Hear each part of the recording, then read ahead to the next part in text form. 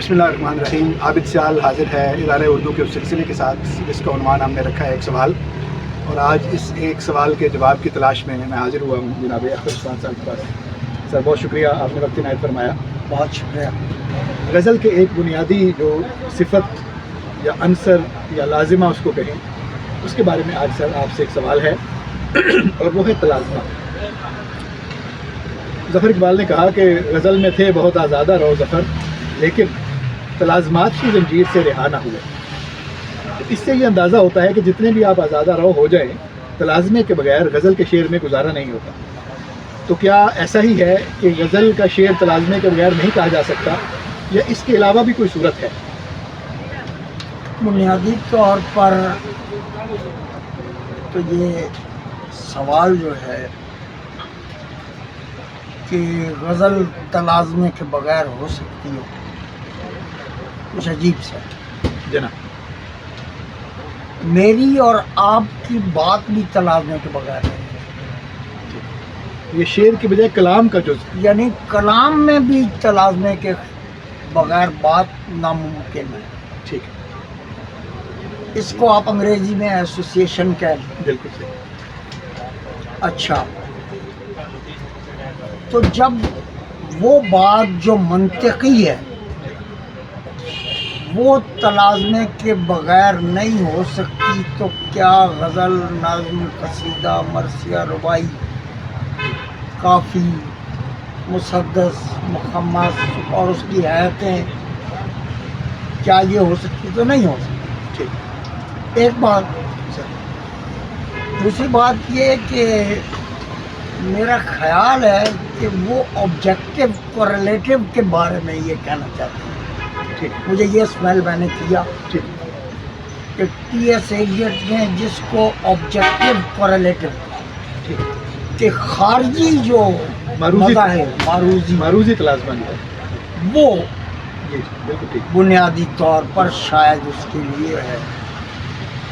تو جب میں اس کو دیکھتا ہوں تو جمال کا شعر آپ نے پڑھا ہوگا کہ جمال کھیل نہیں ہے کوئی غزل کہنا, کہ ایک بات بتانی ہے ایک چھپانی.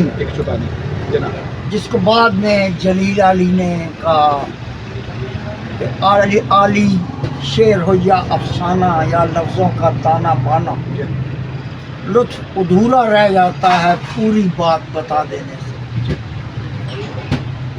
مطلب یہ ہماری روایت سے آتا ہے نا, برہنہ ہر پورا نہ گفتن کمال گویائی یہ ہے. اور انگریزی میں یہ ہے کہ art lies in the concealment of art, اخفاء میں ہے فن جو ہے. اور اسی لیے بیدل یہ کہتا ہے کہ شعر خوب مانا نہ دو. اب اس کا یہ مطلب نہیں ہے کہ اچھا شعر مانا نہیں ہے, مطلب احساس کی ترسیل زیادہ کرتا ہے. وہ یہ کہتا ہے کہ وہ اس کے ایک معنی نہیں ہے, بہت سارے معنی. لیکن اس جملے کو مابعد جدید لوگ جو ہیں وہ ہتھیار کے طور پر بھی استعمال کر سکتے ہیں, جیسا کہ ضمیر علی بدایونی نے کیا. اچھا اچھا. اپنی کتاب جدیدیت مابعد جدیدیت ایک فلسفیانہ اور ادبی مخاطبہ جی اس میں جناب, اور اس کا جو بیک ٹائٹل ہے وہ ہے modernism, post modernism, a philosophical and literary discourse. اس میں انہوں نے یہ کہا کہ بیدل نے یہ کہا ہے. اب جو معنی انہوں نے نکالے وہ یہی تھے جن کا ابھی آپ ذکر فرما رہے تھے. میں متفق ہوں, اور میری بہت ساری ملاقاتیں یہاں جب وہ تشریف لائے تھے تو جاوید احمد مرحوم کے ساتھ ایک 7 بردرز ہوٹل ہے وہاں, یہ جو فوارہ چوک جی وہاں ملاقاتیں رہیں. پھر اکادمی میں ملاقاتیں رہیں. بہت ساری ملاقاتوں میں ہم آپس میں بات کی. وہ نثری نظمی کے بہت بڑے جی جی بڑے آدمی, بہت بڑے آدمی اور بہت پڑھے لکھے آدمی. اور میرا خیال ہے کہ عسکری کے بعد, عسکری کا تو مجھے ٹھیک سے پتہ نہیں ہے, سنتے ہیں کہ ان کی فرانسیسی گانے بہت کمال کی تھی, فرانسیسی ان کی. لیکن ضمیر علی بدایونی کا تو میں خود گواہ ہوں کہ وہ فرانسیسی کمال سطح پہ جانتے تھے اور مضامین لکھے ہی انہوں نے لکھے قمر جمیل کے ساتھ اترے. تو آمد ہم برسر مطلب کہ یہ تو ایک لامجہ سی بات درمیان میں آئی کہ آبجیکٹو کوریلیٹو معروضی تلازمہ کاری بھی وہ جو ریلیشنز کو، روابط کو باقاعدہ مربوط مزید کرے. معروضی تلازمہ کار بھی وہ. اب یہاں ہمارے یہاں جو غزل ہے وہ مسلمانوں کی ایک تہذیبی سے، اس بات کو ہم کسی مثال کے ذریعے سمجھا سکتے ہیں؟ معروضی تلازمے کی جو آپ بات کر رہے جی، ہیں، معروضی تلازمے کی بات یوں سمجھا سکتے ہیں کہ منجمد سچائیوں کو دھڑکنے دیتا ہوا. کیا بات ہے؟ منجمد سچائیوں کو دھڑکنے دیتا دھڑکنے ہوا دیتا ہے. پتھروں کے شہر میں آذر اکیلا رہا. یہ یوسف حسن ہے. اب آپ اس میں دیکھیں کہ ایک لفظ ہے منجمد، اور پہلے مصرے میں وہ لفظ ایک ایبسٹریکٹ لفظ ہے.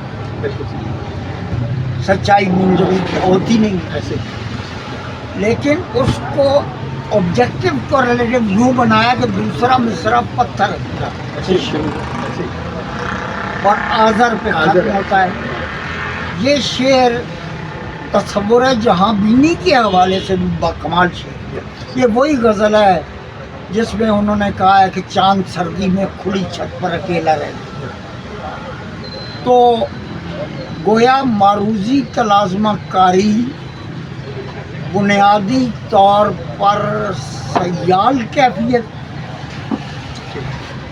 یا وہ کیفیت جو غیر مرئی ہے اس کو حقیقت اور کنکریٹ کرنا،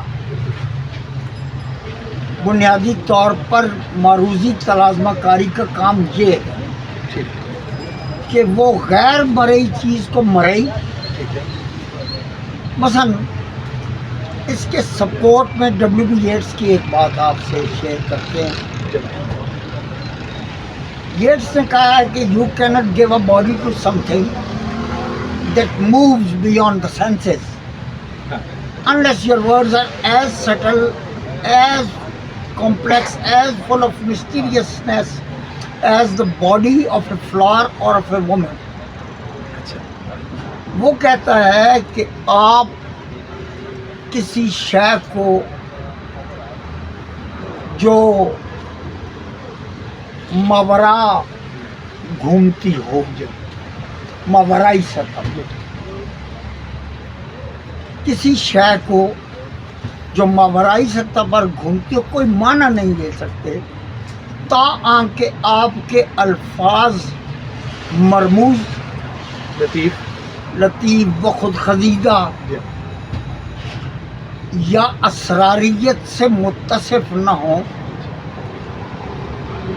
ایک پھول یا ایک عورت کے جسم کی طرح. یہ ہے. اچھا، اس بات کے ایک اور طریقے سے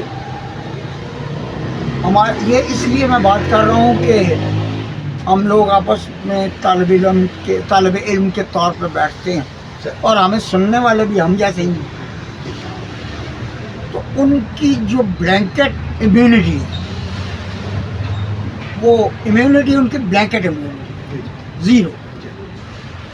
ان خصوصاً شعر کے حوالے سے ان کے لیے یہ باتیں بہت ضروری ہیں. لوگ عجیب سی کلینڈسٹائن ایکٹیویٹی میں مبتلا ہوتے ہیں اور اگلے جو سننے والے ہیں ان کو مزید وہ خراب کر رہے ہوتے ہیں اور الجھا رہے ہوتے ہیں. تو میرے نزدیک یہ کلینڈسٹائن ایکٹیویٹی بری بات ہے. سلجھانے کے بجائے الجھانا نہیں چاہیے. اور جب ہم اپنے سو کالڈ سیوڈو قسم کے انٹلیکچوئل سے یہ گلا کرتے ہیں تو وہ ٹینٹرمز تھرو کرنا شروع کر دیں، غصے کا اظہار کرنا شروع کر دیں. تو نئے لوگوں کو یہ جاننا ضروری ہے کہ تلازمہ بجائے خود کوئی چیز ٹھیک ہے، بذات ہی وہ خبر میں بھی ہے، ہماری روزمرہ گفتگو میں بھی ہے. میں جب بات کروں گا تو اس کا کوئی آغاز، کوئی درمیان، کوئی انجام نہیں ہوگا. ایک لفظ اچھا، کا دوسرے لفظ کے ساتھ رشتہ کوئی ہوگا. تعلق ہوگا. ایک تو سنٹیکل آرڈر ہوتا جی ہے ہاں جی ہاں. کہ صرفی اور نحوی، لیکن مانیاتی رشتہ جو ہے لیکن وہ رشتہ جو معنی بناتے ہیں وہ سب سے پائیدار رشتہ ہو. جی جی اور اسی رشتے پر بات کرنے کے لیے ہم اکٹھے ہوئے کہ اور اس نتیجے پہ پہنچے کہ معروضی سطح پر کوریلیٹیوز کو بروئے کار لانا ہی اصل میں معنی پیدا کرنا ہے. ٹھیک ہے. ایک بات دوسرا بھی ضمیر علی بدیونی بار بار ایک مصرے کا حوالہ دیتے ہیں، اردو میں انہیں مصرع ہی نہیں ملا. ایک دھوپ تھی کہ ساتھ گئی آفتاب کی، بار بار وہ یہ مصرع اس مضمون میں لکھتے متن کی گردش میں، ٹھیک ہے. جو اس کتاب میں موجود ہے جس کا ہم ذکر کر رہے تھے. جی جی اور بیدل کا بھی ایک ہی شعر وہ بار بار نقل کرتے ہیں، دل اگر می داشت وسط بھی نشان بود ان چمن، رنگ میں ویرن نشست از بس کے مینا تنگ بود. کہ رنگ میں مینا میں نہیں آ سکتا، بالکل ٹھیک. وہ سے باہر. اس کو سستا شاعر کہتا ہے، نشہ شراب میں ہوتا تو ناشتی ہوتا. یعنی میں تو مینا میں ہے لیکن رنگے میں مینا میں نہیں. رنگ اب رنگ وہ کیفیت کے ہے. جس معنی میں انہوں نے جی جی جی. استعمال کیا. ایسے اچھا، پھر جس نشاط کے معنی میں ایسے تو دیکھ کے کیا رنگ ہے تیرا میرے آگے، تیرا وہ رنگ ہے. تو رنگ جو ہے وہ خوشی، نشاط، سرشاری، جس کو ہم ایکسٹیسی بھی کہتے ہیں. اور یہاں رنگ کا مطلب ڈیلیکیسی، جی یہاں رنگ کا مطلب وانڈرنگ، ٹو وانڈر، حیرت ہے، ایک تحیر اس میں. اچھا، پھر آپ یہ دیکھیں کہ انہوں نے کہا کہ وہ سخت بھی نشان بود، تو رنگ کا چمن کے ساتھ جی. تعلق جو ہے وہ بنا. اچھا، دل ایک غنچے کی طرح ہے. یہاں پر دل جو ہے وہ جی کے معنی میں، ہمت کے معنی میں آیا کہ اگر تیری ہمت ہے تو اس چمن کی وسعت کا کوئی کنارہ نہیں. یہ ایک بحر چمن ناپیدا کنار ہے. تو ہم اس بات پر پہنچے کہ معروضی تلازمہ کاری ہی معنی کے ارتباط میں ہماری مدد کر سکتی ہے، کیونکہ مجرد معنی کو مجسم کرتی ہے نا. معنی کو مجسم کر. ایسے مجرد معنی کو مجسم کرنے کا طریقہ تلازمہ ہے. جی بالکل، تو یہ آسانی اس میں پیدا کر دی. یہ ہوتا ہے. تو دو باتیں جو ہیں وہ آپ کی گفتگو سے میرے سامنے ظاہر ہوئیں، اور وہی میرا خیال ہے یہی درست بھی ہوں گی کہ پہلی بات یہ کہ جو عمومی بات ہے یا مطلق تلازمہ ہے وہ تو کلام کا جزو ہے، اس لیے وہ ہر جگہ موجود ہوگا. اور جو آبجیکٹو کوریلیٹو ہے یا معروضی تلازمہ جس کے بارے میں ہم شاعری میں بات کر رہے ہیں، وہ مجرد معنی کو مجسم کرنے میں چونکہ مددگار ہوتا ہے، جی اس لیے وہ بھی شعر کا ایک لازم جزوی میں آنا چاہیے.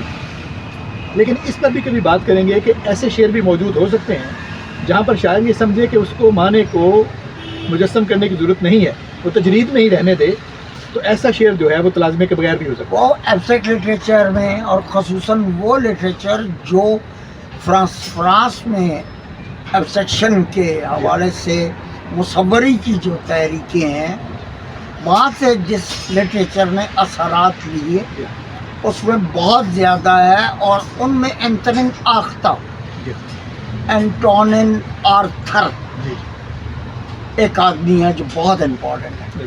اگلی بات انشاءاللہ کسی وقت ہم اس پہ کریں گے کہ تجرید جو ہے غزل کے شعر میں خاص طور پہ وہ کس طرح سے آتی ہے بیدل کے حوالے سے یا باقی چیزوں سے بھی. تو یہاں تک یہ ہے کہ اگر آپ تجریدی شعر نہیں کہنا چاہ رہے تو پھر تلازمہ جو ہے اس کو لازمی سمجھیں. تو بہت شکریہ، امید ہے ہمارے دوستوں کو یہ باتیں پسند آئی.